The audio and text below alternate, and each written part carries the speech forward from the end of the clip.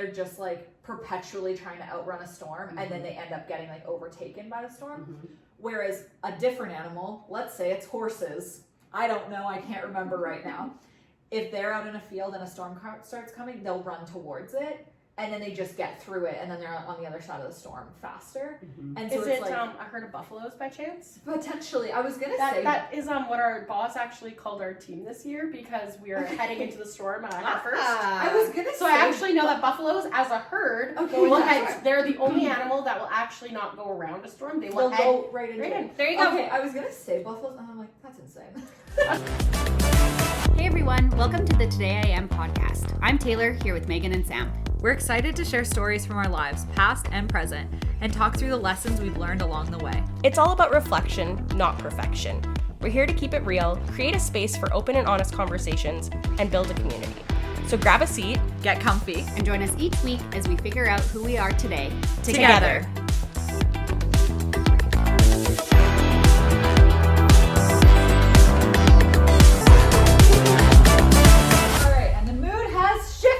The sun is not shining, but on this couch it is. Whatever. When the sun is like so bright, I feel like our lighting's... Oh, I actually like the look this of is this preferred. way better. This is better, and then we can actually have the curtains open. So I don't love a gloomy day, but we love for a this gloomy lighting, lighting. it's good. Okay, so Sam, would you like to start with your crazy story? Okay, I learned the Can I ask crazy. you a question? Sorry, first action. Yes. I meant to ask you this before we started. Do you have sawdust on your pants? After we just lint rolled it because you were stressed. What did I lean on in the day? No. Where did I get some? Oh, okay. There might not be sawdust. So you don't know what it is. When you were standing up just talking, I thought your pants had a little bit of glitter in them because I was like backlit. No. And, and like, but then when you sat down, I was like, no, that's just wood shavings. Well, that's funny because literally at my house before we came here, she said, "Do you have a lint roller? I'm stressed that then Meg's gonna do a clip zoomed in on me, and it's just gonna be all of my hair and stuff." So she lint rolled her whole body. And show up and there's sawdust somehow on my pants from now and when I came in this house. That is funny. So now I may have been sawdust. I don't know how it got I was there. working on some wood projects today. Project team seemed to be letting me down, so I started to actually cut the wood myself. No, we're getting out of that space. But, at least I called it out, so now for all clips, you won't have sawdust on your pants. Sawdust, appreciated. Anyways. Okay, I was on a call with somebody from one of the leadership programs I was doing. We just did like a little catch up this week. And she was like, "Oh, I think I remember you saying you like tarot cards." And I was like, who doesn't love a good little tarot card reading? Especially when you're trying to like navigate some stuff and just having that little like insight. I've actually never done one. Well, after this podcast, we're going to try an exercise together then, because I'm very curious to see what this works out for you guys. Okay. Do you have tarot cards? Even better, I have AI, and guess what? Even better, I have AI. So I got told about this, and I did try it myself, but ChatGPT will give you a full tarot card reading. And you're Based going to on what? the prompt. The prompt, yeah, basically. But All so the people who are really serious about tarot cards that like They're really like, believe in like the spirituality and That's stuff are like, not how.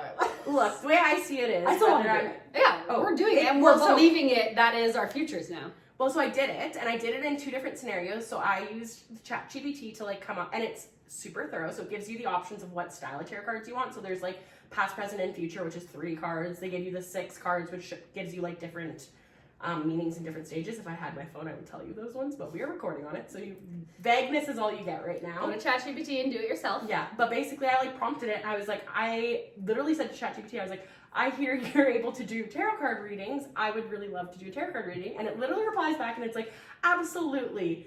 Give me some small details and let's do a full It's like, reading. I would love to stress you out about your future. Yes. Here we go. And this was even before I was stressed this Wait, did it say something bad? No. Oh. But anyways, I and just said so that. I didn't know if you had insider Oh, information. I have like one situation in life that I kind of like feel like I've already kind of processed, and you guys, we can talk about that after, but and so I was curious to do it first with that scenario because I was like, I want to try it with something that like I've already worked through the thought process with, because I was like, okay, really? How good of a tarot card reading are you going to give me? Your AI? And I don't use my ChatGPT very much. I use Gemini way more because that's what we had to use at work, so I just am more comfortable with it. And so my ChatGPT doesn't know me super well either. Like I haven't fed it a ton of information at this point. It knows I have a podcast because I use it for podcast stuff, and that's it. Okay. And so I like gave it details of the scenario I'm in right now and like asked it like essentially like prompted it with maybe like 1 or 2 questions that have been top of mind that I hadn't solved yet. The thought process it took me through was truly more detailed than the original one I probably took myself through. Very similar to actually how I personally processed it myself. Like it gave me almost verbatim like the ways that my mind would process through things. And then it also went even deeper than the way I processed it. And then I sat there going, well, did I actually resolve all of that? Or now am I thinking about more things? So then I was like, okay, let's try it on something that like I haven't maybe done as much work on. I sobbed. I'm sitting with ChatGPT in front of me on my phone, reading my virtual tarot card reading with no human talking to me about it, sobbing as I'm processing these emotions that I didn't even know I actually really needed to process. So try it. It's actually so cool. You don't have to do a ton, like literally prompt it and it knows what, like it'll take you through all the steps and questions it wants you to kind of give it to do the reading. So that's the first thing, is that it's insanely cool. Second thing, how scary is AI that it is able to then give me a tarot card reading?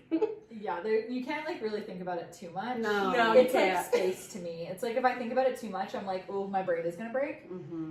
But firstly, I love that you did that, and also, so you are AI. You're like me and AI took the exact same thought process. So there's that. Touche.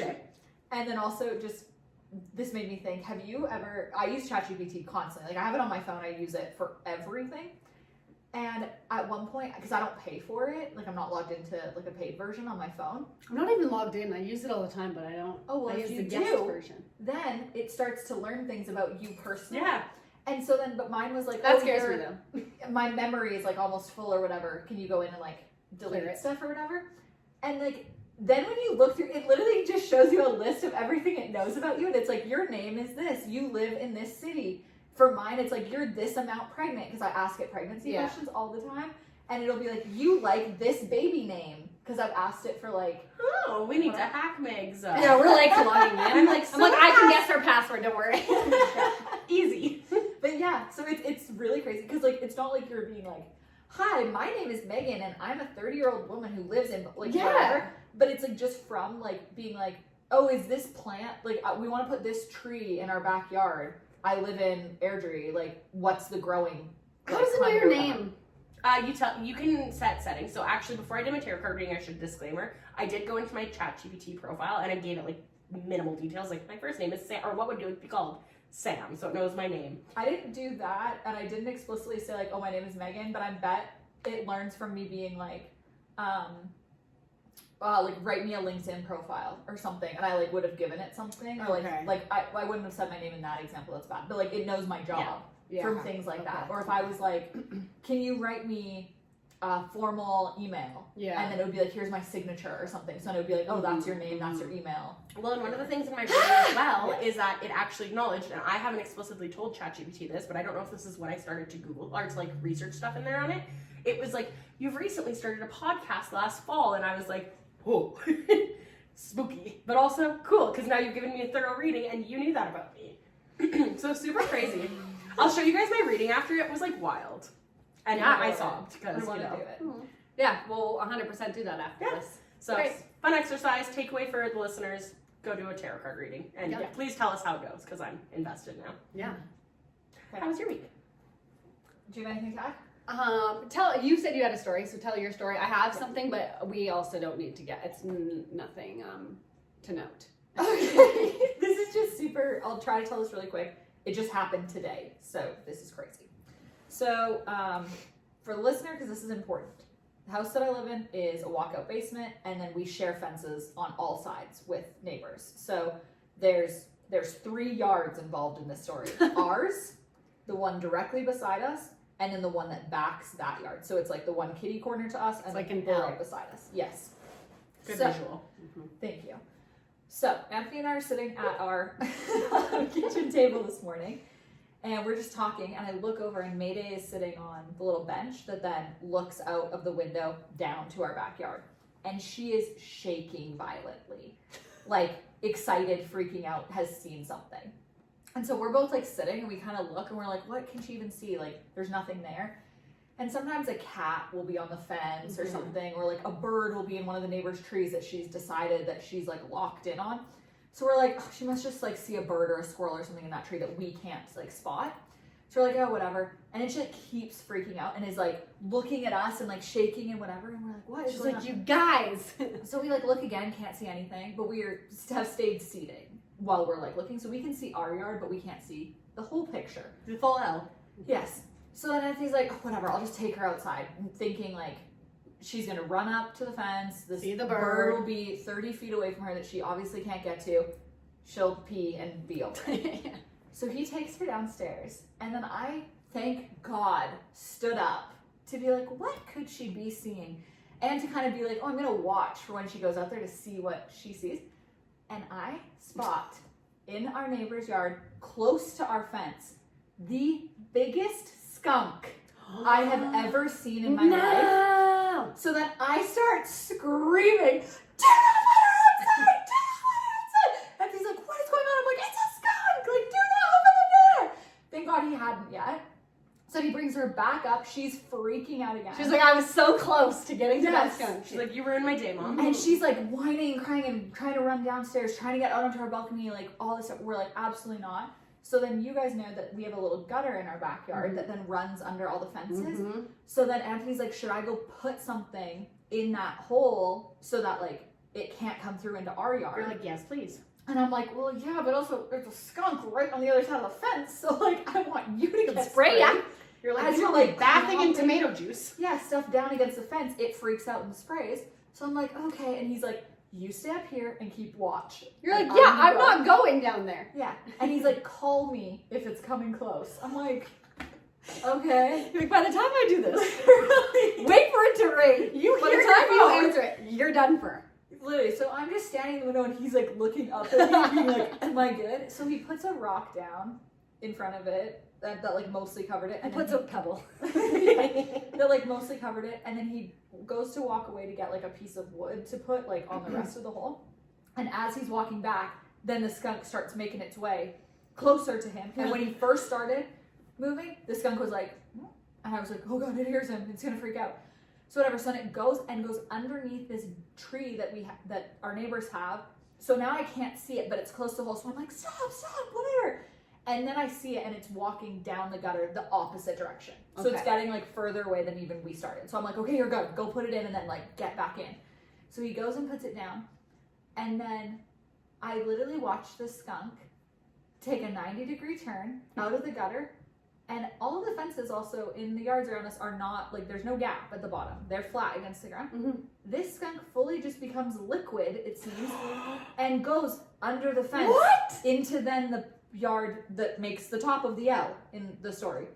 So I was like, That rock is doing nothing. so now I'm like, first of all, the gap that was this big that we put a rock in front of, no worries. That wouldn't have stopped the skunk. It probably wouldn't have even taken that path.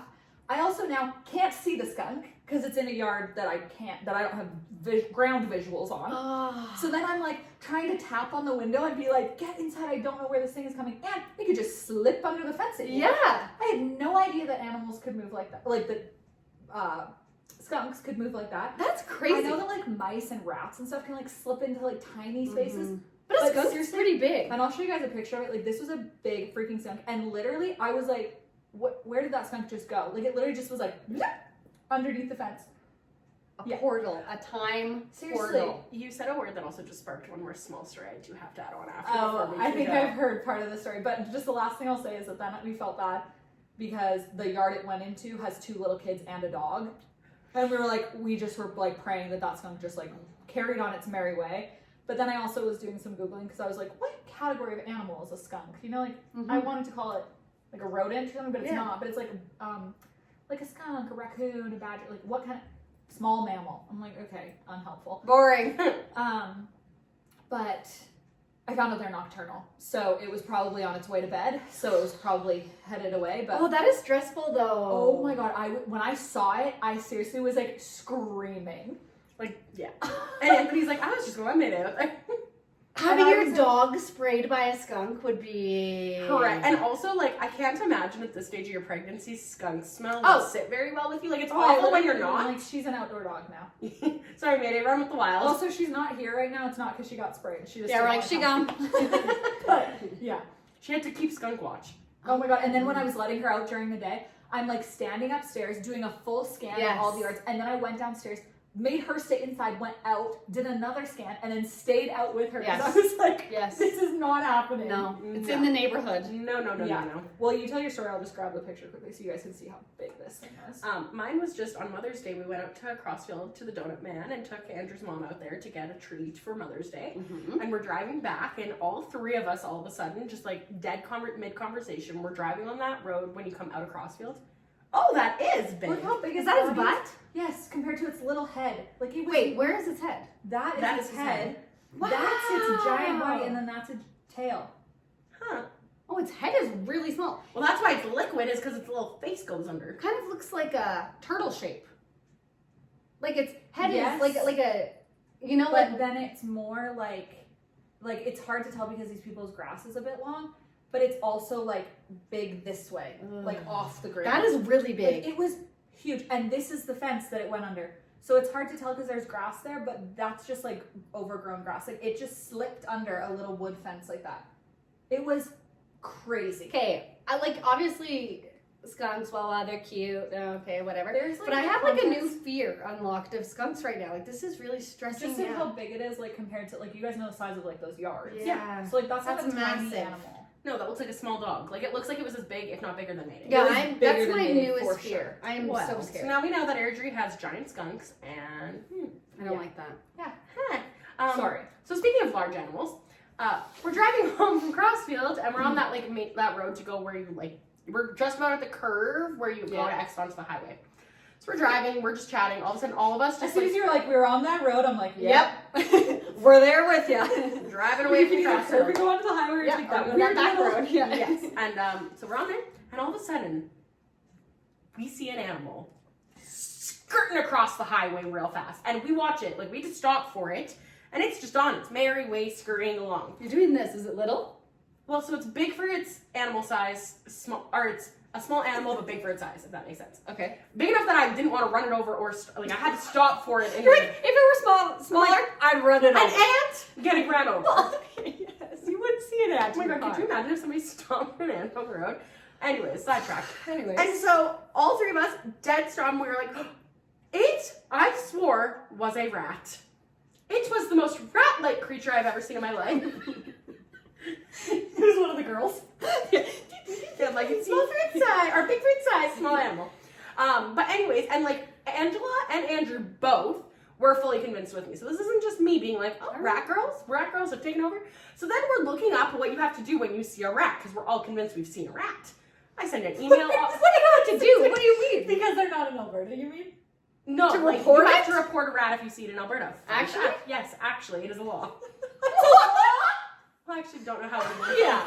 But Knowing anyone will know. if you Google what to do if you see a rat in Alberta, That's crazy because I never you would have have to thought report to it. Google They give that. you an email to report it to. What are they going to do? It's like, oh, I saw it going on the Into a highway. field in You're going to get Crossfield. that email in 4 business days and be like, okay, well, the rat's either dead or far away now. What do we do? It's a traveling rat. But anyways, so what we I have, was like, it's at the Rockies. it has climbed. I literally made the joke in the car. I was like, well, it's clearly made it through the Rockies now, and now they have made it here. And look what we've started, you guys. Okay, I'm just actually genuinely curious of what the reporting is supposed to do. I'm pretty sure they're supposed to go take care of rats. You probably go and like set traps or something in that area. All right. But it's a real thing. If you Google it right now, it tells you the email address and it says report immediately. Do they give you like a form, or they're just like, just send us an email with Let us whatever know. information you want? How long was its tail?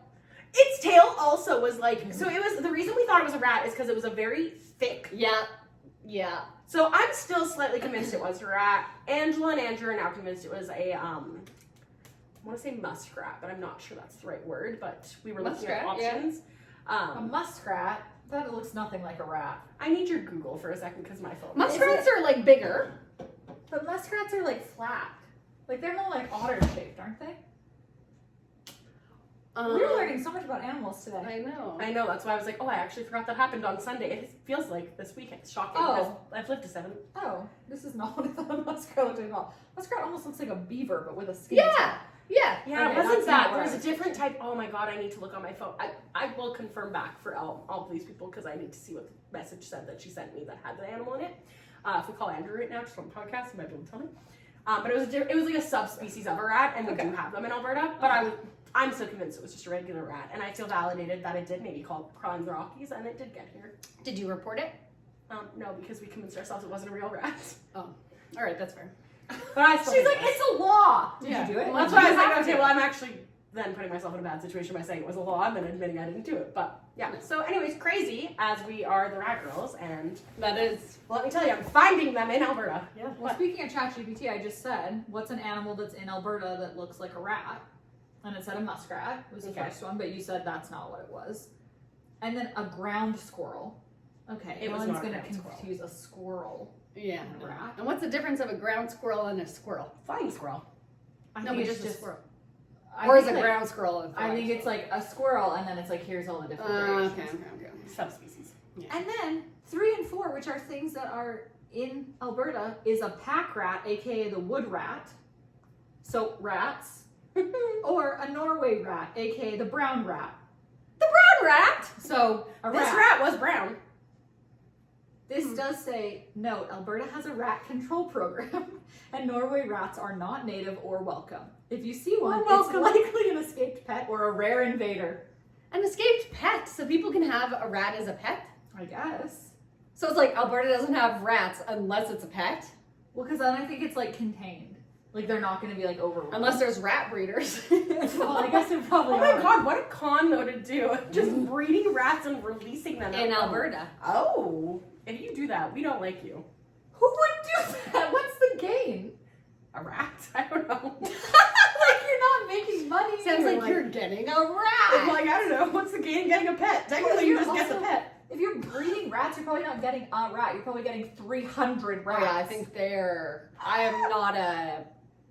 So I just thought it's That's been a it. while since we talked about rats on this podcast, so I thought that was a very fun rat update that I had. Oh, And I had 2 witnesses with me in the car, so I was not being dramatic.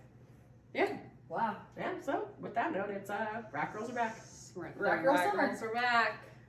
Tay, do you have anything you wanted to add today? Do you have any crazy animal stories for us? I have no crazy animal stories. All I wanted to talk about, I don't know if I was going to take us down a tangent though. Well, today I am tangenting. Because Alexis and I were talking about this just earlier today. Of saying, so I've seen, I don't know if your guys' TikToks or if this is all over, but it's all over mine of like the type A, type B, type C girlies. Yeah.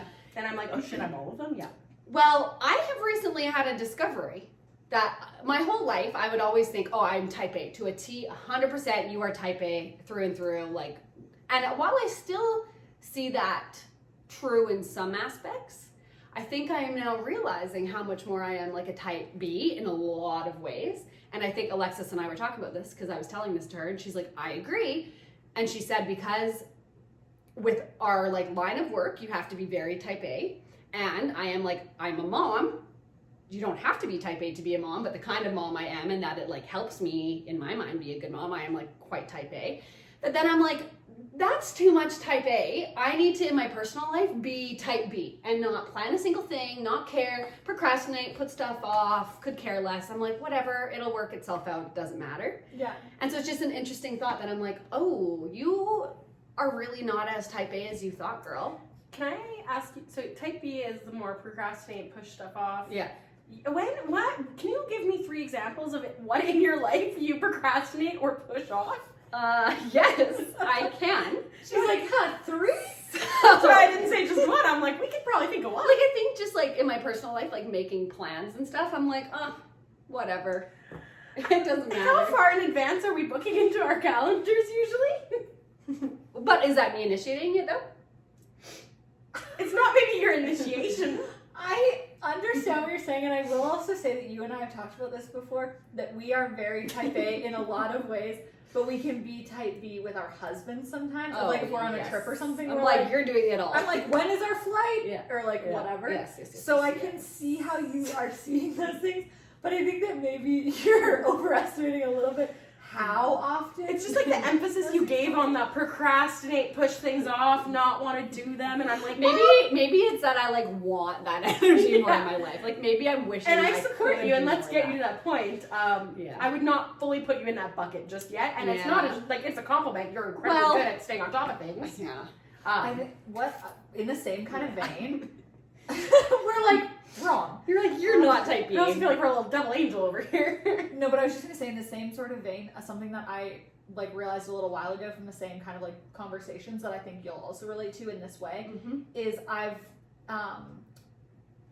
never necessarily like described myself as a perfectionist because I'm like, well, I'm not perfect at things. Like I don't do them perfectly. You're like, but I do strive for perfection. Well, yeah, and so then it's like realizing like, oh no, I am a perfectionist because I'm constantly being like, but it has to be perfect. Well, I'm not getting perfect. And so I think it's like similar with that. If it's like, okay, yeah, like type A means something in your mind that it's like, that means that I'm always organized, that I'm always doing things perfectly on time, blah, blah, blah. And it's like, well, it might not mean that you're doing it that way, but you're still like striving and you're still like motivated. And it's more if I found like a true type B person, and it's not bad to be any of the types, A, B, C, D, E, F, however types you want to go down. But I feel like if I took a true to their core type B person and I put them beside you, I think we're going to see some very drastic polarizing differences. I will also say though that I don't know if I can really define type A and type B clearly enough. Like I generally know like the stereotypes, but to actually like say. So I'm not trying to diminish your thoughts that you're type B. I think as you're saying that, because I am trying to come up with thoughts that's still currently in my brain. I'm like, you're like, well, I did that already. I did that yesterday. I actually am already done the steps. But I feel it's your like superpower. You are very good at getting shit done, and that's why I'm like, I don't consider you a procrastinator. Yeah.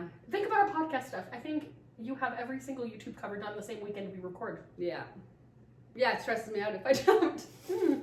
Yeah, I think maybe the realization here is I wish I could be more type B. And I'm not. I'm usually in your seat right now, and it's really fun actually being on the other end. I see why you guys call me out on this stuff. Right, it is kind of more fun being on this side of it. Yeah. It's just like you can always see things differently from outside. Yeah, 100%. That middle seat dangerous. I didn't mean the outside of the couch. I know, but it kind of works for this. Whoever's in the middle seat is the one getting picked on, so. Seriously. We have a host and somebody getting roasted. Perfect. Okay, so anyways, moving on. And that's this week. You know what is so funny is I was like, oh, there's no transition here. You're like, today I am type A. Well, like not, but like yes. the topic is gonna really fit into what we were just talking about. Great, So love. today I am nesting. Ooh, yeah. And Building a little nest and getting cozy in it. yeah, just like a little skunk. Yeah. Or a little rat. So obviously I know like well, first of all, I just wanted to like for anyone who doesn't know what like nesting is, I literally have the definition. Did you ask ChatGPT? I actually just Googled it, but okay, so nesting during pregnancy is the natural urge to prepare the home or nest for the baby's arrival, often characterized by bursts of energy and a desire to clean, organize, and decorate. And then there's just kind of this like phenomenon or whatever that it typically intensifies as you get close to the end of a pregnancy. So obviously I know neither of you are nesting or whatever, but I wanted to just kind of talk about this as like more of like all of our loves for like cleaning and organizing and that sort of thing. Yes. So Our type reaction. I don't care. I don't want to talk. In my personal life, I don't like to clean or organize my home, and it doesn't make me happy. So we love you. I know that obviously, like, I am the only one like truly feeling like the nesting urges right now, but I feel like there's just so much crossover on like these other things that we And very relatable. I have been there. I understand that Yeah. like nesting urge. It is like a weird switch in your brain that totally. you're like, my baseboards are filthy. I need to clean them with a toothbrush before this baby comes. I also like kind of wonder if some of that, like, because I'm the one who has not maybe had the truest of nesting. I love a good clean home. Like, don't get me wrong, we got a burst of energy and we have definite nesting moments. But I wonder if one of the reasons it like intensifies as your pregnancy goes further and further along is because you're starting.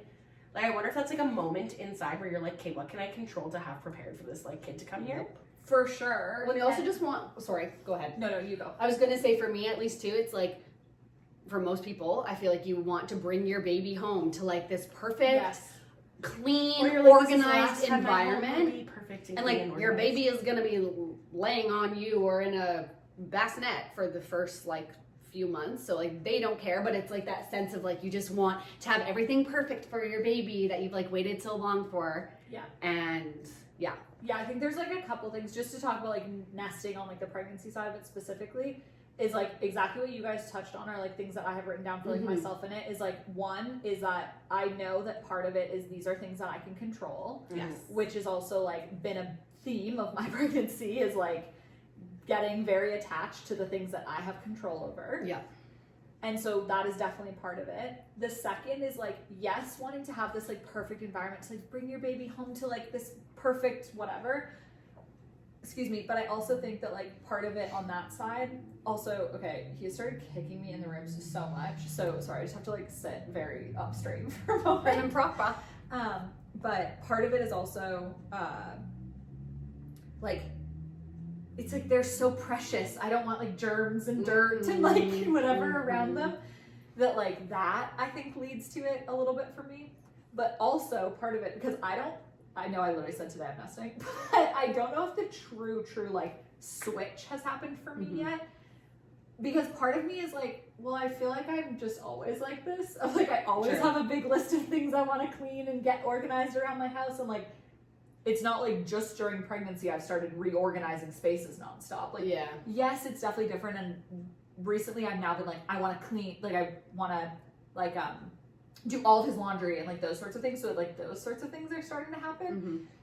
But there's just a part of me that's like, is this really nesting, or do I just? That's true. Am I just cleaning? Am I just type A? Yeah, exactly. That's very true. So those are my thoughts on like nesting specifically. I don't know if either of you guys have any nesting specific thoughts you want to add before we get into just like cleaning and organizing. Well, and I also, this is again, maybe I'm just bringing up my assumptions I've always made about nesting, because I'm all for it. Like none of these assumptions are judgy ones. I'm like, no, power to you.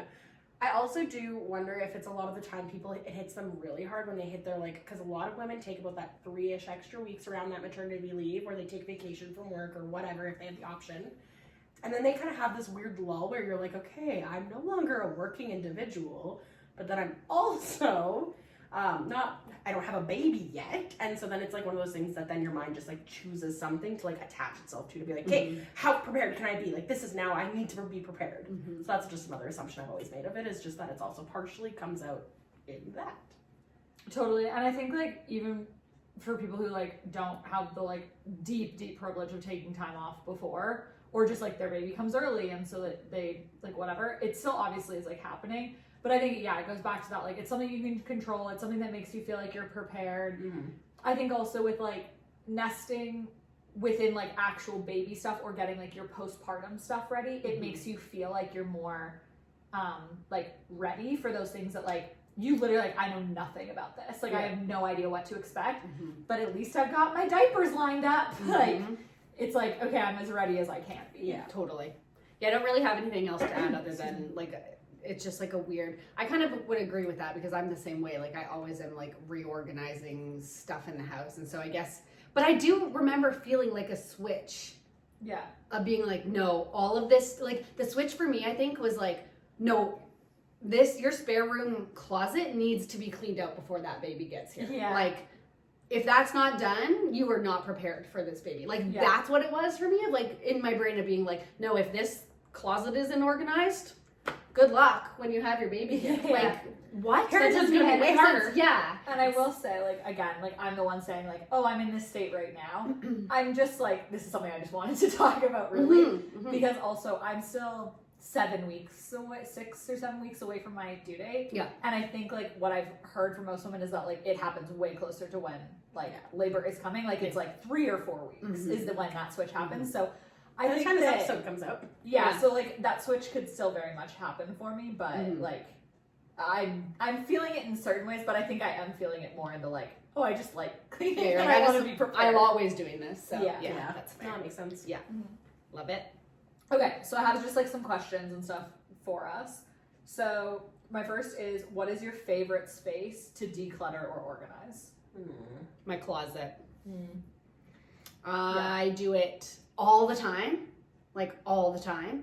and it has something to say about how often I can do it and still have lots of clothes to donate. But I love it, and there's something like just what, even if, because you know, sometimes like my closet's, okay, again, this is a type A thing. This was a bad episode for me to try to say I'm type B, is talking about cleaning and organizing, because the passion coming through me right now is, I'm not serving well from what I was just trying to say, but I was gonna say We're like all learning and growing. Yeah.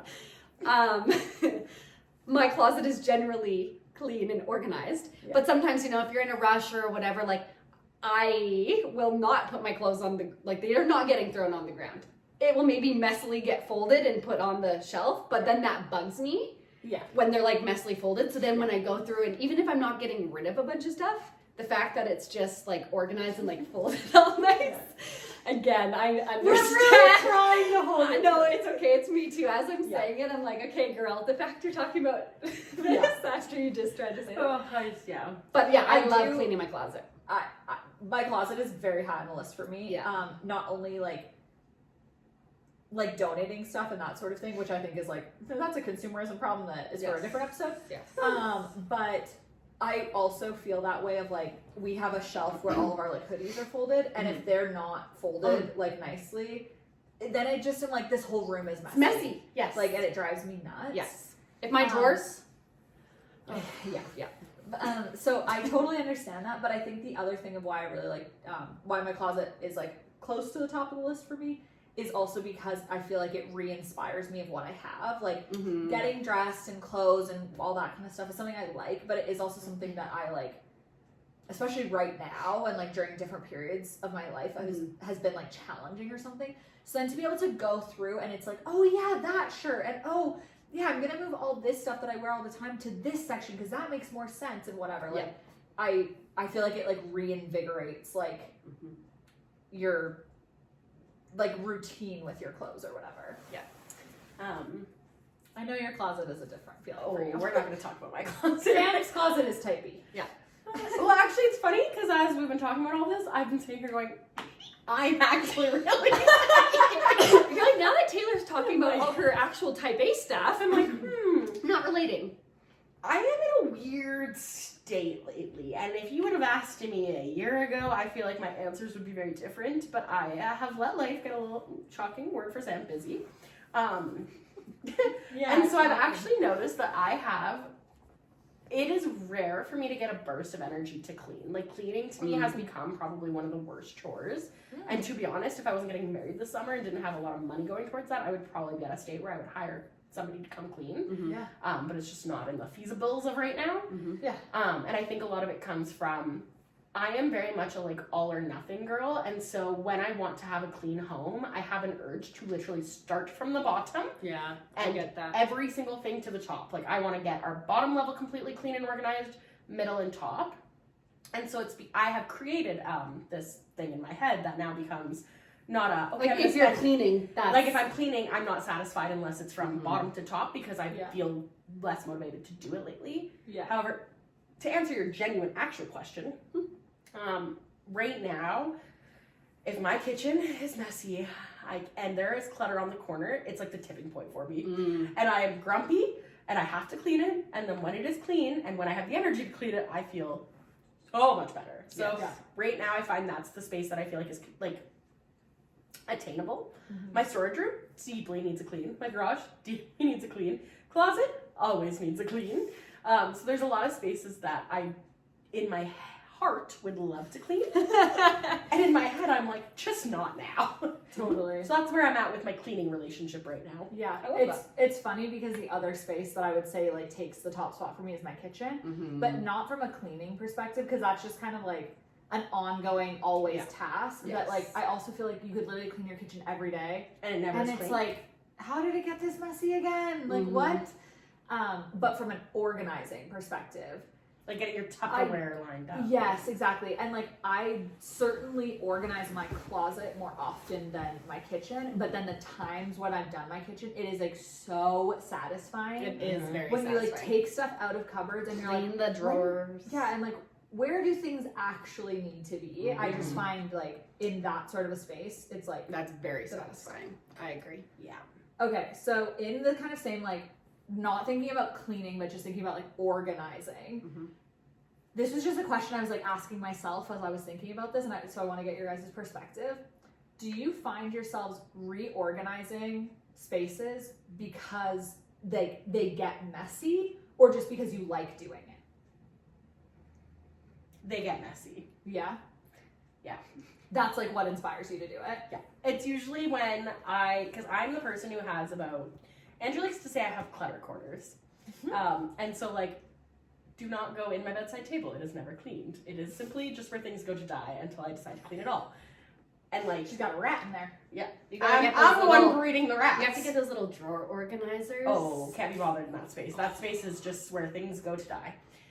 And then Life-changing. I have about 7 or 8 junk bins around my house. Bins.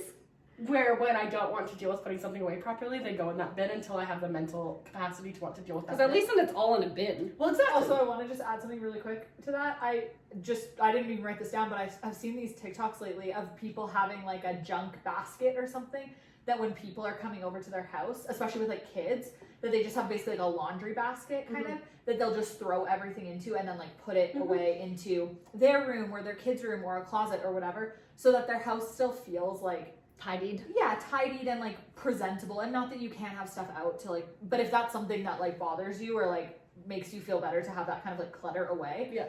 And then it's not like, oh my god, I have to do this big clean before people come over. Yeah, It's like, that's I'm how just I- gonna gather stuff up and like So, so that's how I ended up with 7 junk bins. That is my style of junk binning is, oh god, the people are coming over and I need to clean my home. Well, I'm simply not going to actually take the time to organize my home. I'm going to clutter cluster. I'm gonna Clutter cluster. I'll put an on it. Write that in the Sam note. Clutter class. I'm there. I'm gonna clutter class. And like truly, if you ask Andrew, he would fully agree because I think it honestly drives him mental. Because then I'm annoyed when he doesn't want to help me clean it all up, and he's like, "You did this. You put it all in the junk bin, and you have 7 of them." I can't talk about literally my Tyler's stepdad came to our house. It was like, I don't know, one of the first times he was at our house, and he was looking for a pen or something. I'm like, oh yeah, it's in that junk drawer right there. Oh, I know. And It's a he junk drawer. pulled it up and he's like, this is your junk drawer? I'm like, With he's your- like, there's all these little bits and everything is in a place. I'm like, yeah, I don't know what to tell you, Jamie. That's the junk drawer. Sorry. Yeah, I know what your junk drawer looks like, and that's It's an just- organized drawer. Here's the thing, it's like it's just screaming type B. Sorry, You're guys. just simply a type B person. I just can't be bothered. So, But yeah, so I do it to myself, but I what was your throw question? things in. Yeah. I've gone down to cleaning. When you're reorganizing a space, do you feel like you're doing it because the space is Oh, We right. know her answer. Yeah. Yeah, I do Because it you because I like like it. Like, there are times definitely that things that, for me, I'm like, oh, that's messy. Yeah. But, and so then I clean it or Yeah. organize it, I guess.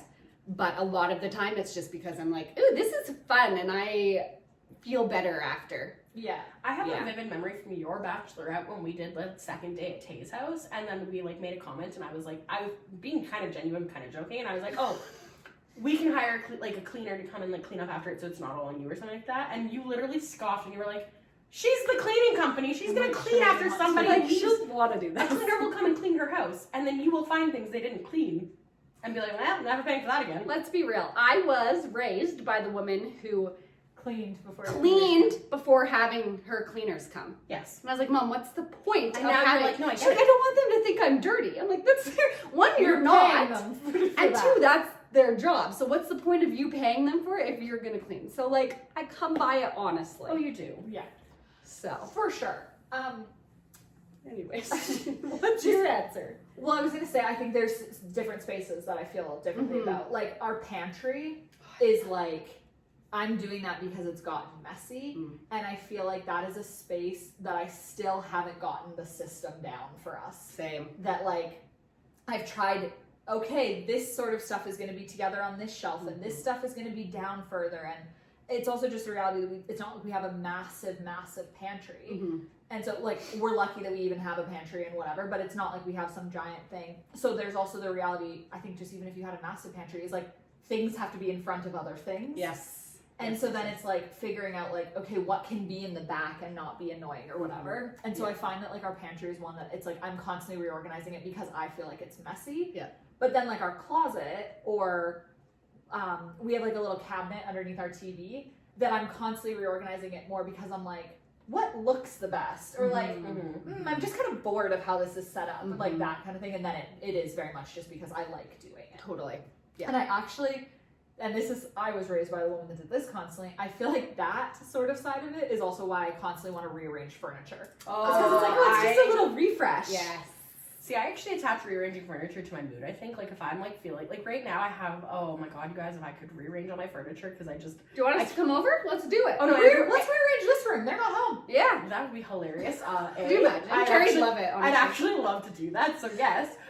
But the issue is, and when you were saying the thing about the pantry, it kind of sparked this thought for me as well.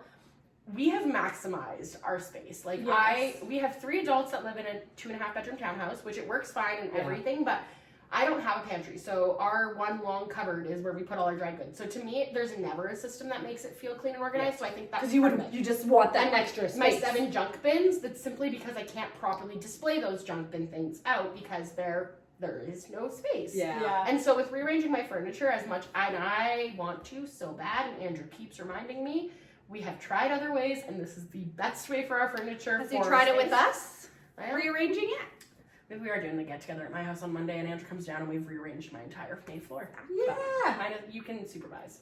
You're not allowed to help me with furniture. Capable. You're capable. You're not allowed. One of the things I have written down is just like it's not a Pinterest quote. I think it's more just like a saying. You have to leave that for Sam. But something that like I think about a lot in this like space and when I'm thinking about organizing my home and what makes the most sense is like where I'm trying to get to is everything has a home and there's a home for everything. And I think that's kind of what you're saying of like maximizing your space. Mm-hmm. And that's also why I feel like and I felt very much like this literally from like the beginning of my pregnancy of like, I just want to get rid of everything. Yeah. Like I don't want so much stuff. Yep. And I would so much rather, I think there's this like tendency, and maybe this is a culture thing, maybe it's just like a capitalism thing, I don't know, whatever. But like if you have the space, you try to fill it. Mm-hmm. And I'm so over that. And like when you were at my house last weekend and you were like, we had rearranged a room. And you were like, You didn't invite me? Huh? No, we didn't. I am poor. I'm like, sir, we didn't do it without you. I swear. I promise. I'm like, But you were just like, oh, this looks good up here to have it like set up this way. And I was like, yeah, but it feels crowded to me. Yeah. Like that's my like initial feeling right now, and I feel like that's the like kind of nesting place that I have been in throughout the whole pregnancy is like I want to get rid of everything. I don't think anyone would notice because we still have lots of stuff in our freaking house, which Yeah. but like I have basically taken down every piece of decor that's in our home. Like I used to have all these little things Trinkets. out and like okay, that Knickknacks. also makes it sound like I had some like maximalist house, but like, you know, it's like a vase and a candle on a little side table or like things like that. All of that is gone out of our house right now. It's all in our basement in a bin Oh, because I've just been like, get rid of everything. Like I just want it I'm all glad you cleared didn't out. donate it all though, because so then when you do want it back, it is. Oh yeah, it's all just been like put downstairs, but there's just things like that I'm like, I just want it to be clean and cleared out. And when at the beginning, or not the beginning, but like a few weeks, Backtrack. a couple months ago, I did a big organization of our kitchen so that I could make space for baby stuff to be down there. Yeah. And one of the things I did was like get rid of like duplicates of utensils. Like who needs 7 spatulas? Like things like that. And now just like having a drawer of utensils that just has like just what we use and there's lots of space in it and I can actually see everything. Or I have a cupboard now that has all of our like baking stuff in it. And there's only stuff at the front. There isn't like 20 extra mixing bowls shoved behind that I never use. It just is like so nice to me. So I just understand that feeling of like wanting to maximize the space. It's like that's what comes to mind for me is that like everything has a home. So there's a place for everything to go away to. Exactly. But also like there is space for everything you have. Well, and I think that's part of it. And like, I definitely need to just simply donate and get rid of a fair amount. Like, It's so overwhelming though. well, and it's more so, and I am like a very bad like, this is like my little hoarder tendency.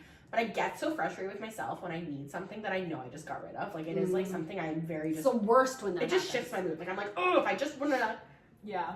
done that, or if we've done like a ton of cooking that week, and I did get rid of 2 spatulas, and then all of a sudden, no, I'm pissed I don't have 5 spatulas because all of a sudden I need. So like, I find that I have to, and that's why I have to be in the right mood. Like if I am in a get rid of stuff mood, like it's like I have to pounce on that and be like, I don't care how tired you are today, you're in the mood to get rid of stuff. Like we're gonna get rid of a garbage bag worth of stuff, and like that is the goal today now. I don't know, like, I mean, I have a lot of stuff still too, but I feel so overstimulated by stuff and things, and like I feel like I always am in the mentality of like donate it, sell it, get rid of it, give it to someone else. Like I don't want it. Yes. Well, I think that's why it feels like such a chore to me. Like when I think like my storage room, like Andrew literally, because I have so much work stuff in my storage room right now because I have nowhere else to put it, but I have so much like swag and stuff like that for events.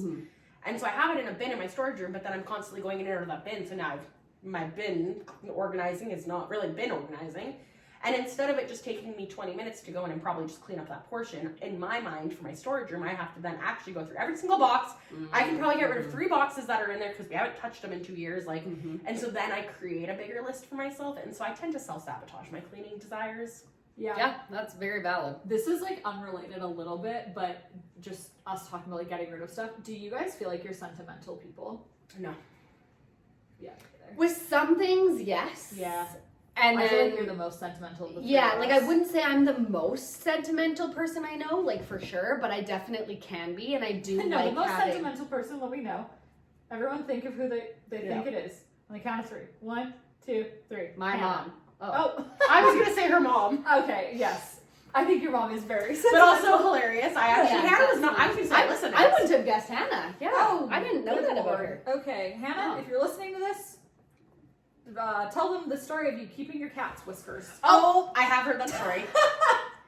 Honestly, See, but I think because I've moved so much in my life, like I just stopped being a sentimental person because I would carry, like I used to have these boxes of spin spiral jump trophies, and which I did still have for the record. Good. And it is in my room that sits up now. It's actually been pulled out of the box and it sits on my shelf. Junk bin number 4. Nope, it's on a shelf. That made it on a shelf. But I used to carry around, like, when I was younger, was so sentimental. Like, I used to have a calendar that I wrote all my plans in so that I could look back and remember what plans I did on what day. Like, that is truly how sentimental I was.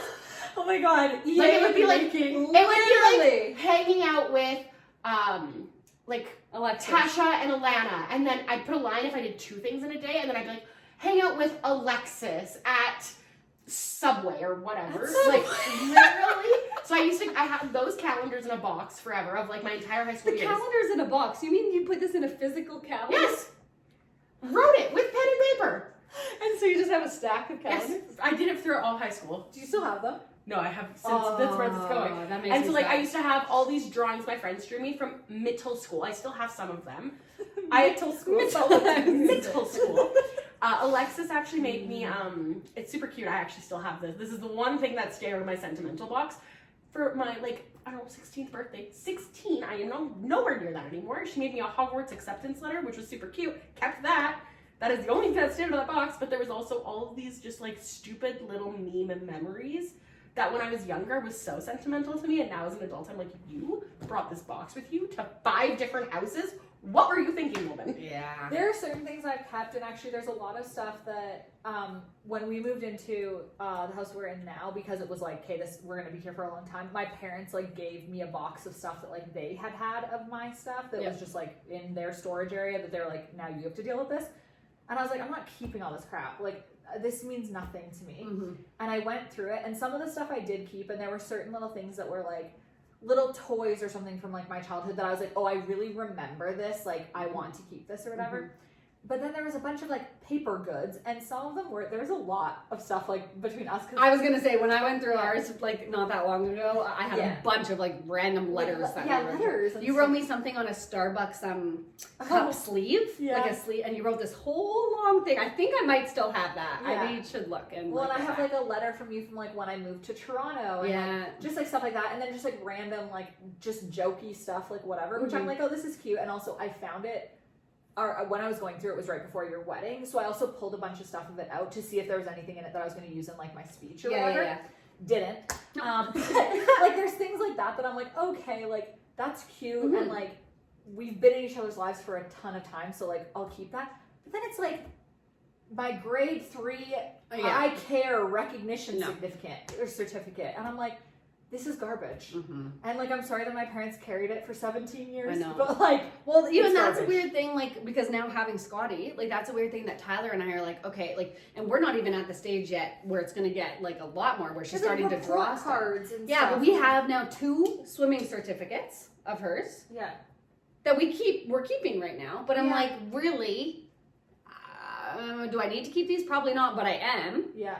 But I can see it as she gets older and stuff. There's going to be so many little drawings. And yes, I will want to keep some of those. And like, I think it'll be cute to hang some on our wall or whatever and have a little like art. I saw, this is going down another rabbit hole, but I saw someone on TikTok made like a little mini art gallery for their kids. And like, it was just like a few like picture frames hung up on the wall. And they like filtered out all their kids' drawings and then let their kids like go pick them and like look at it and whatever. That is adorable. That stuff's cute and whatever.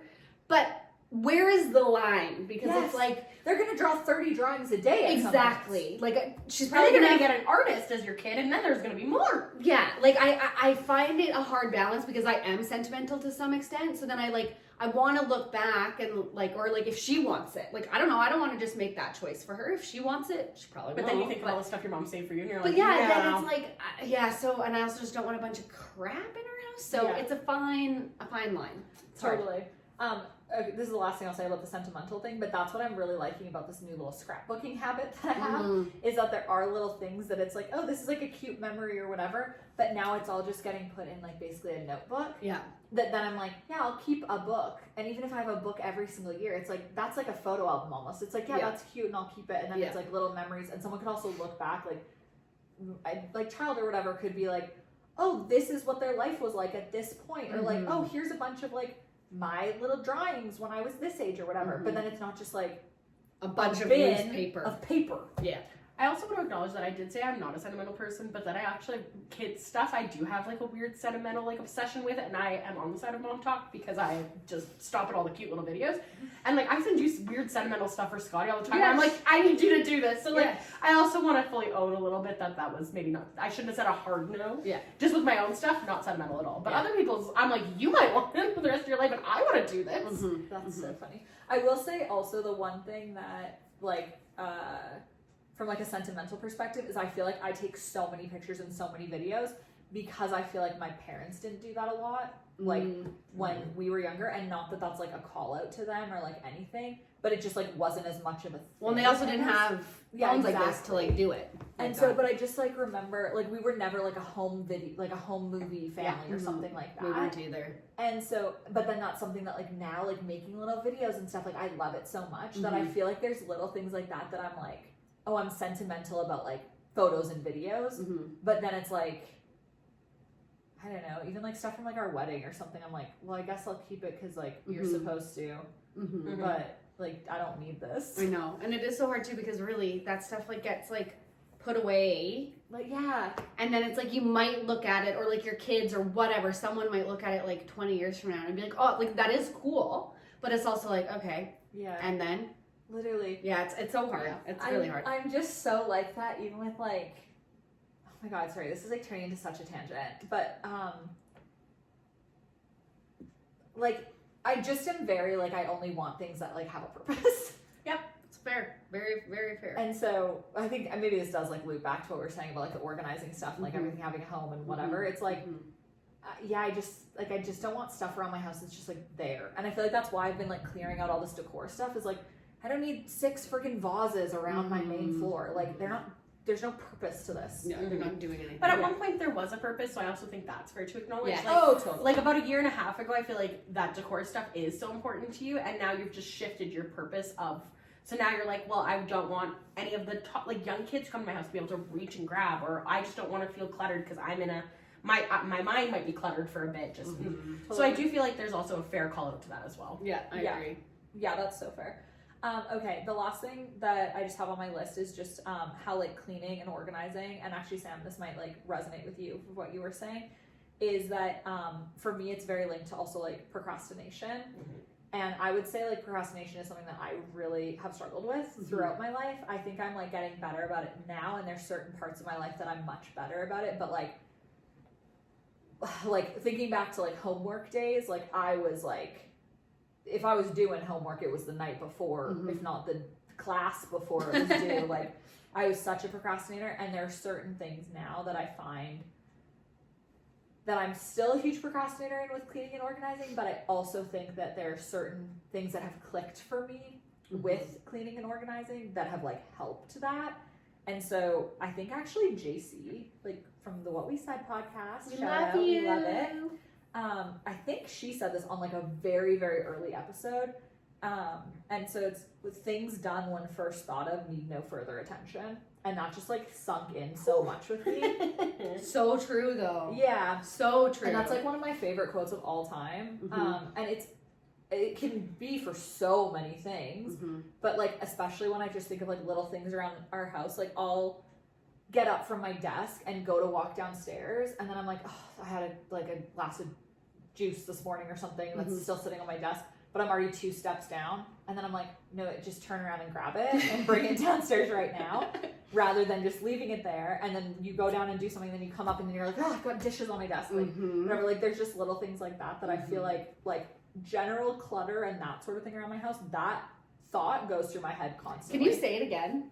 Things done when first thought of need no further attention. Things done. Yeah. Okay. So if like right now I was about to stand up and I needed to bring this like water bottle to the kitchen. Yeah. If I stood up and was like, oh, I need to bring my water bottle over there, and then I was just like, do I'll it. just do it later and then walk over there. Then it's like, now I'm going to come back and see it again and be like, oh, I have to bring that water bottle over there. And like, you have to like keep thinking about it, and it's just like a waste of brain power. See, and I don't, sorry. No, go on. I feel like I don't want this to come off to be like, oh, I do this. I'm good. Like I'm not. Oh, it's fine. doing You're it calling that you out for way. not being type B. I think it's like a weird thing in my mind that like I can't, like when I have a thought of something like that I need to do, I cannot like move past it. Yeah, I'm like, oh, you need to do that right now before you can go and do the like next you fixate thing. almost. Yeah, and so like I'm like totally the opposite, where I'm like, yeah, as soon as a thought comes into my mind, even if it is a simple like little thing like that, I'm like, I do it immediately to like clear it out of my mind, check it off, and then like move on. See, I am having sort of a revelation as we are sitting here talking right now. We both are today. That I'm maybe just realizing that this comes to a little self-care moment in my life. Maybe I haven't been giving myself space to take care of myself. I could do a whole episode on what has just happened in my head while Tay was saying those words. We're both like, hi, you haven't been? You're busy and you haven't been caring? But actually, something I've noticed lately, and I think with my wedding getting closer and closer, and just the mental load feeling heavier and heavier, which everybody knows that's coming, and you're like, I've been where I've been saying, in June I'm going to tackle all these things, but now that June's approaching, it's like hitting that I have to actually Oh, I have to do them. it. Yeah. And it's like, it is stuff that I am excited to do, but then it's also stuff that I think I've been thinking about doing for so long that now I've worked it up. It is going to be a chore in my head. Yeah. And I'm feeling that way about a lot of things in my life lately, like even my work to-do list. And like, I used to be a very big, like on a Saturday morning, I could write a list, power through that whole list and get, like I would write literally anything on that list I wanted to accomplish that day for self-satisfaction. It would be like, make a coffee, clean the floors. Like I would put all of that on a list. Yeah. And so I actually have been thinking of incorporating some of Mel Robbins' work into my everyday life because we're trying to figure out how to clear out this brain. Because like if I could explain how my head feels these days, it just feels like it's like there are things trying to crawl out of it because it is so full. Like I feel like I'm carrying a lot of mental load. And so something that like a piece of Mel Robbins' work, and I've also recently listened to the book 3 times since I've gotten it now. Oh, let them. Yeah. I have the audiobook, but I haven't even started it yet. Easy read. I listened to it in a day and a half. Oh, amazing. Okay. And so it's been making me think about the fact, and something she said, this isn't in the book, this is just like a different podcast that she had done that I listened to. But she was saying that the best way to start your week, and your week could start on a Friday, like this doesn't have to be like a Sunday checklist, is doing a brain dump, not a to-do list, but a brain dump. Yes. And I've been actually, and this is how bad of a procrastinator I've been lately, is that for this full week, I've been like, to get some of this stuff, especially wedding stuff, out of your mind that you know you need to tackle, but it's not on your to-do list right now, you need to go make a list, and you just need to write it out, and it's not your to-do list. Yeah. Brain dump it. And I need to brain dump it. And so, you've been procrastinating making a list? Uh-huh. Oh, I feel that way And sometimes. so, also. like, I just have been real, and, like, this conversation has been very helpful, so good reminder why we started this podcast. Yes.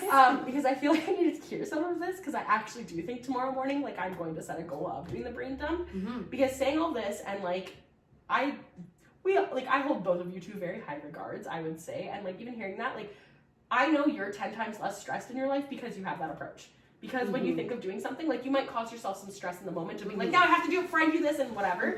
But, like, I don't think you carry as much mental load stress with you day to day because of that, and you've gotten really good. Like, that's because you've done the work for yourself to make it a priority. And it's just, like, making me reflect on myself a bit where I'm like, okay, so the reason that you feel like you're going to explode 24/7 lately is because you just haven't taken the time to take it from your actual brain and just let it sit somewhere else. And then, like, doing that weekly, and it would be amazing at how much time I might have to think of I don't know, like a thought, because I don't even feel like I have those these days. And I will say, for me, it is probably a toxic like thing where it's like I have like that high standard for myself in probably like a more toxic way. Like I probably should be a little bit more like. Oh, you mean you're don't trying worry to about make yourself to be type B? Yeah, honestly, like exactly. Like I feel like literally what I was trying to say this morning. I'm like, yeah, I think I'm type B. Like, no, you're not. And I think sometimes it is. So it's not all like, oh, you're good on the like. Sometimes I think I do put too much like pressure on that, so it can be like. I think there's a balance either way. Yes, for sure. For sure. Well, I think that's why people love, and it's something I've always wanted to get into, but I literally procrastinate journaling. Like, that is something I'll procrastinate, and I'm like, perhaps if you sat down and used your journaling time that you so desperately have actually in your heart wanted to allot yourself, and maybe teach yourself how to brain dump and start there, and then you might have more capacity to do this. Because I'm also noticing at this stage of life, because my wedding will be come and gone quite quickly, and I've been thinking about my what's next after that state, which I need to maybe not do that either. It's unreasonable though. But So I have yourself some grace. I Think about big like events in your life and Yeah. like things that you're always like. well, and it's working like, what am I towards. gonna fixate on after this? Yeah. And it's like, oh, you could slow down, but like, let's be real, I'm not gonna. But I've already convinced myself I have about 6 things that I want to do after the wedding, and I'm like, And how many of those are courses that you want to take? only 4 of the 6. Yeah. But Sad. we said till after the wedding. I can't get in trouble after. You're the not wedding. doing 4 immediately following your wedding. What did you just say? Anyways, but so like I'm craving that. Like I know there's so many big things that I still want to do after, but I'm like I'm never gonna be good or accomplish or like do well in those until I maybe cool it, do that brain dump, take some things that really don't need to take up the Well, like mental take some real time estate. for like self-care and you and just like to like What if one of my soak courses is in on the- self-care? Can I do that one? No. No, you can't. If you have a self-care course out there, DM me. Please don't. Yeah. I want to just add one thing about journaling, and then I just have one last point that this fits perfectly with. But with the journaling thing, I procrastinate journaling a lot, and I'm a huge journaler. I think it's like been the biggest help for my mental health at many stages. I love it. I have many old journals that are hilarious reads.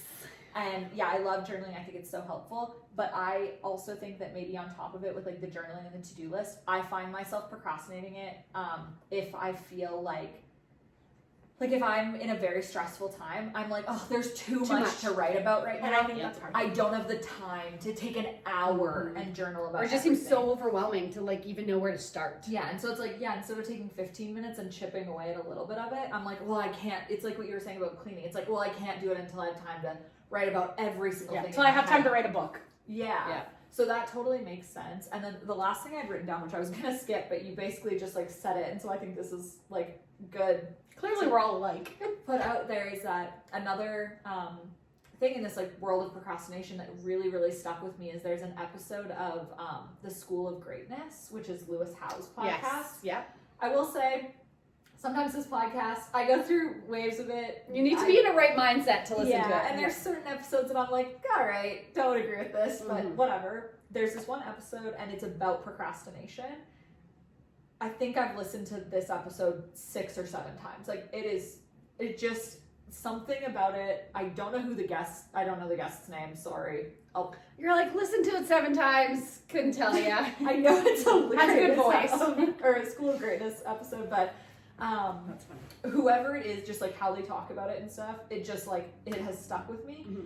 And one of the things that they talk about, and it's like a big theme of it, is that procrastination is just putting interest on stress.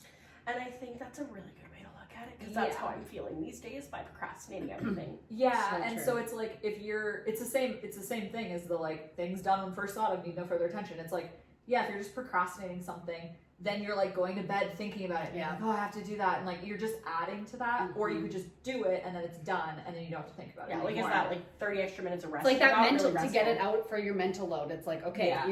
this is taking up space in your brain. If you do it when you're thinking of it, get it out, and then you don't have to think about it. Yeah. Like it's gone. Yeah. And actually, Alyssa just reminded me of this. Is that this is something that like I told her, and I know it's from that episode of the podcast too. Is this whole metaphor, and I'm sure this is from other places as well, but this is where I heard it. And it's the difference between 2 different animals, and I know one is cows, and I can't think of what the other one is right now. So this is a bad story overall to start, but it's essentially like if a herd of cows is in a field and a storm starts coming, the cows will move away from it. But then they're just like perpetually trying to outrun a storm, and then they end up getting like overtaken by the storm. Whereas a different animal, let's say it's horses, I don't know, I can't remember right now. If they're out in a field and a storm starts coming, they'll run towards it. And then they just get through it, and then they're on the other side of the storm faster. And so Is it's it like a herd of buffaloes by chance? potentially. I was gonna That say that is what our boss actually called our team this year because we are heading into the storm at first. I was gonna So say I actually know that buffaloes, as a herd, Okay, will that's head. They're the only animal that will actually not go around a storm. They they'll will head go right into right it. in. There you go. Okay, I was gonna say buffaloes, and I'm like, that's insane. That's why when you're like, I'm like, I may have an answer on that animal. That's hilarious. Okay, yeah. So then a herd of buffalo will just charge towards the storm, and then they get through it faster. And it's like the buffalo and the cows both got wet, both had to go through the storm. They both had to do the hard thing. Yeah. But one of them was like, well, let's just go and do it right now. And one of them was like, the storm's coming. The storm's still coming. The storm is still coming. And it's So like all that allowing pent yourself up stress. like stress for the same outcome. Yeah. Yeah. Yeah, so I'd rather be a buffalo. I'm actually on a team called Buffaloes right now because we're all trying to do that at work. And So I'm a crazy type A buffalo. and I'm a type B buffalo. Or are you a type B cow? Are you running from? Oh no, you're going into the storm. at Oh, work. I'm in the storm. Sounds like I'm I'm trying to find my way I'm the out. buffalo that's the child crawling behind the family being like, guys, what are we doing? She's just, Sam's not either. She's in the middle of the storm, walking with Sam the storm. is the storm. Yeah. Better actually. That's how my brain feels until I'm gonna go home tonight. I'm committing to myself. I'm not going to bed tonight until I do a brain dump. Nice. And I want to see how different I feel when I wake up in the morning because I'm really hoping it actually will make me feel a little less I like bet you it will. I know we've talked about this before in that one episode where we all said the word to-do list like 1,000 times. Yeah. But I just find also when you actually write stuff out, you realize how little Little it it is. actually Well, is. that's Yes. why I need to do this brain dump, and like the way that Mel Robbins like laid it out too is it doesn't all have to be one list, I keep saying it's a list because we love it to do this, but I want to actually like get that word out of my mind. It's not a list; it's like a literal brain dump. Honestly, though, now that you're saying this, it might be interesting, to help define the to-do list and brain dump, to try instead of writing it out in a literal to-do list form, write it all scattered on the page. Why? Because it's just a brain dump, and then you're gonna. It's supposed to be scattered. That's what. This will be a challenge for you, because I wonder if it's too to-do listy. Then you're thinking you need to start tackling. But the point of it is to get it all out, and then at a later date come back and then make a to-do list from that. I wonder if maybe a middle ground would be if instead of writing it scattery, of just write it in one, be Yeah. I need to think about wedding stuff and I need to do this work thing and More journal I'm style. more into the paragraph, the chaotic. That just Okay, feels then do it. I was just trying to I I appreciate appreciate it. I feel like it's things you have to check off. Yeah, I was just trying to make it so it was separate, so it Yeah. could not feel as to-do listy and then as stressful. So then it's more I'm just getting this out there and then not And then stressing burn about it. Yeah, literally. Remove. Well, and I yourself think I actually, because I feel like there's 3 aspects of my life that I'm really I think they're all competing for my mental load right now, and it's wedding, personal life, and work life.